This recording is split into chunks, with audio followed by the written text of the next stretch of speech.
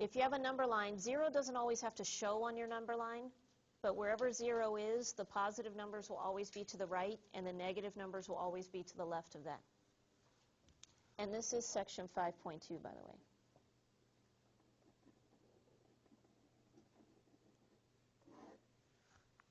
And so just to go through some basic number theories, 0 is neither positive nor negative.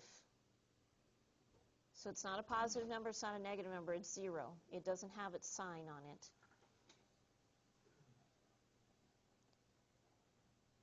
And for some of your homework, you're going to be asked to graph values on a number line.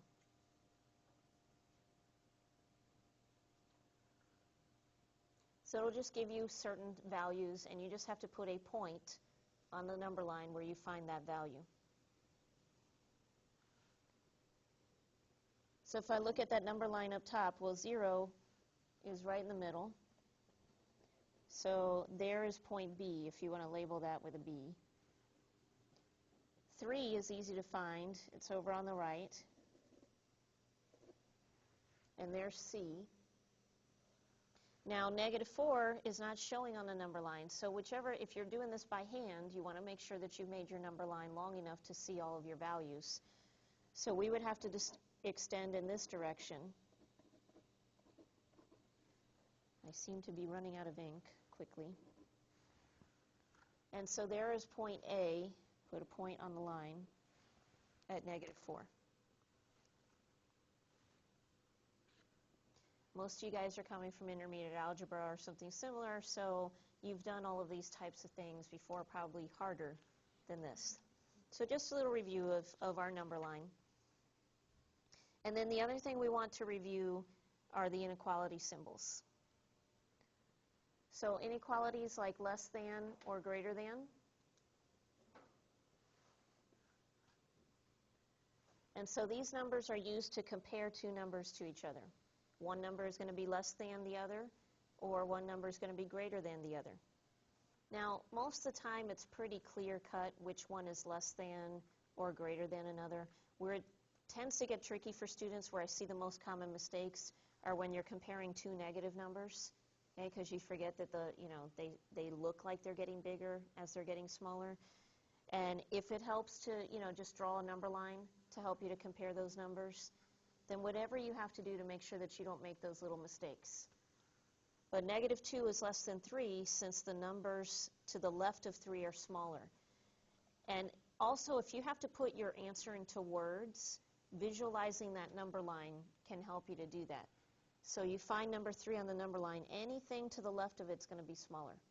Anything to the right is going to be bigger. And it doesn't matter what order you write an inequality in. -2 is less than 3 is equivalent to 3 is greater than -2. It's the same statement. It's just written in a different order. Now, these symbols aren't really any different. They just have an equal sign attached to them. So less than or equal to, greater than or equal to. Now, one thing that trips up students is that they feel like the number has to meet both criteria, but that's impossible. Okay, either a number is less than another number or it's equal to. So 4 is less than or equal to 7 is a true statement. It is less than 7. It doesn't have to be the equal to part. It's less than or equal to. And then 7 is less than or equal to 7 is also a true statement. It either has to be less than or equal to, and it just happens to be equal to in this case. So don't let those things sort of confuse you, because it's not typically how you've been using a less than or equal to. You've just, you've been using those symbols in algebra to create a range of numbers.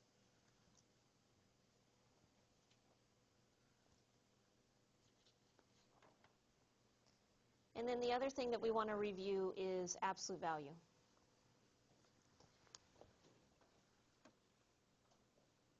Most of you guys know how to find the absolute value of a number, but you forget why it's the absolute value of a number. So the absolute value is the distance from 0 on a number line. The vertical bars around a number are just a reminder that that's the symbols for absolute value. So you would read this as the absolute value of 4. And most of you guys in your head, you say, oh, just drop the bars and keep the positive, which is technically, yes, how you find the absolute value of a number. But it is the absolute value, so the absolute value of 4 is equal to 4.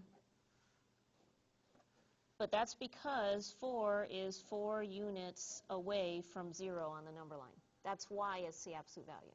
It's 4 units away from it.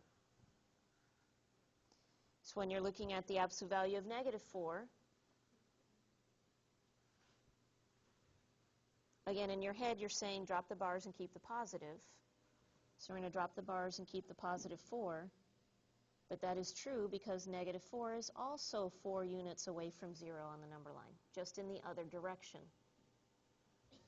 Now notice that your answer should never be negative. When you're trying to find the absolute value of a number, your answer should never be negative because you can't measure distance in a negative number. Okay? It might be equal to 0, so the absolute value of 0 is equal to 0 because 0 is 0 distance away from itself. But it's never going to be equal to a negative.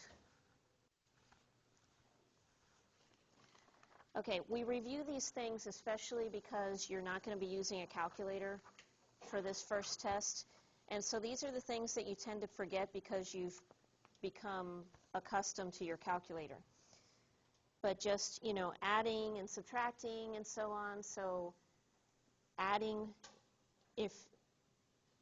when they're the same signs, add them and keep the sign. When you're adding numbers of different signs, you're going to subtract and keep the sign of the larger number. Okay, just little things like that that you tend to forget. Multiplication, if there's an even number of negative signs and you're multiplying or dividing, then the answer is going to be positive. If there's an odd number of negative signs and you're multiplying or dividing, then your answer is going to be negative. Now, as far as the second page of this packet, we're going to get to that later. As far as properties of real numbers, that's going to come up in a whole different section in Chapter 5. So skipping over to order of operations.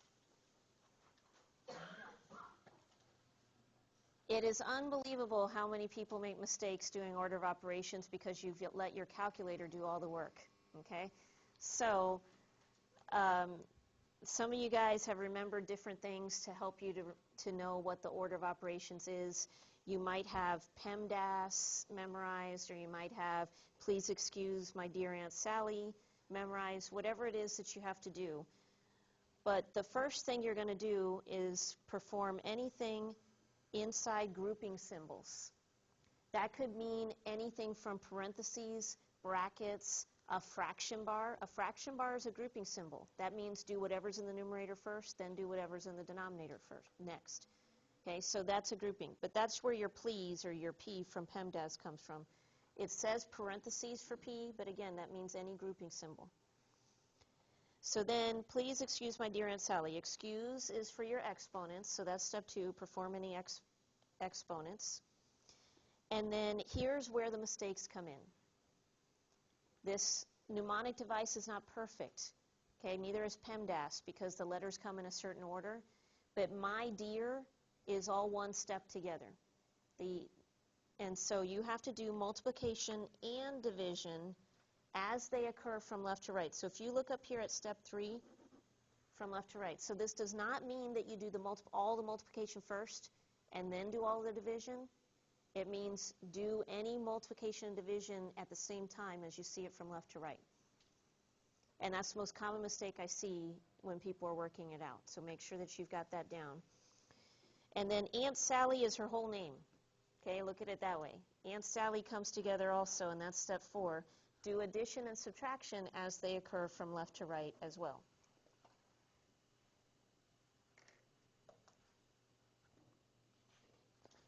Now, before we get into all the order of operations, I think you guys are pretty good with exponents, especially since we've done the prime factorization with exponents. But again, let me review some of the common mistakes and some of the vocabulary so that you know what we're looking at.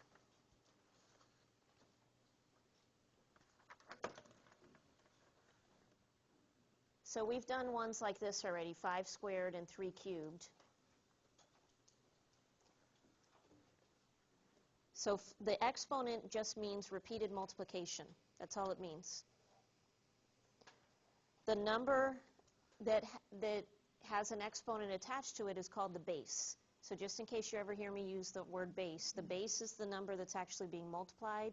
The exponent tells you how many times to multiply itself by.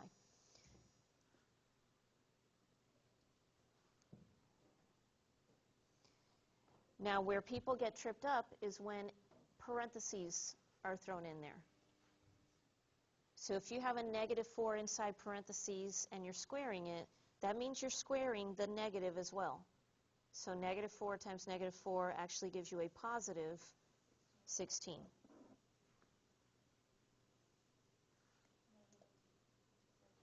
Yeah, so -2 parentheses raised to the third power means you're going to have a -2 3 times. So now you have an odd number of negatives, you know your answer is negative.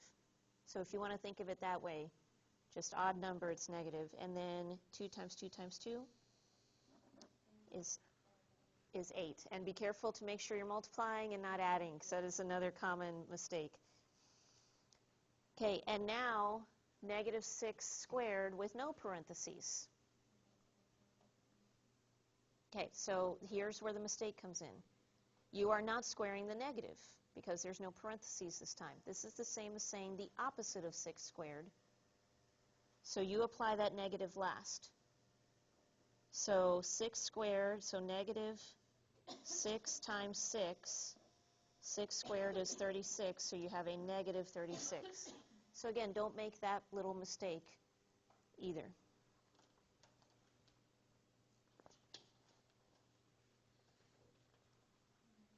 And so now looking at those rules, now that won't affect the order of operations. So we'll do one order of operations problem.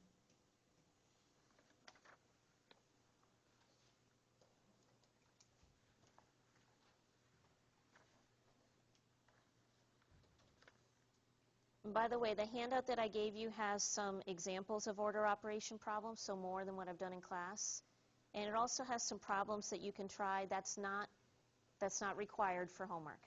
Okay, it's just stuff that I might have used in class if I needed an extra example.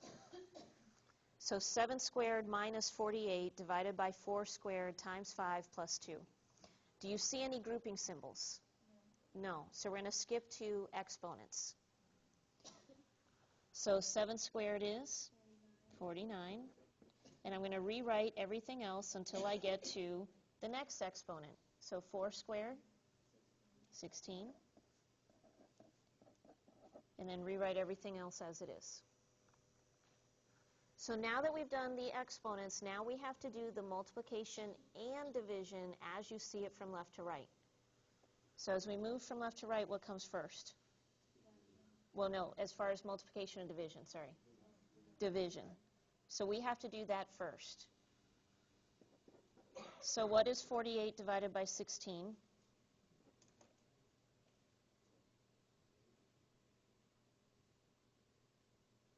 3. I'm going to rewrite everything as it was.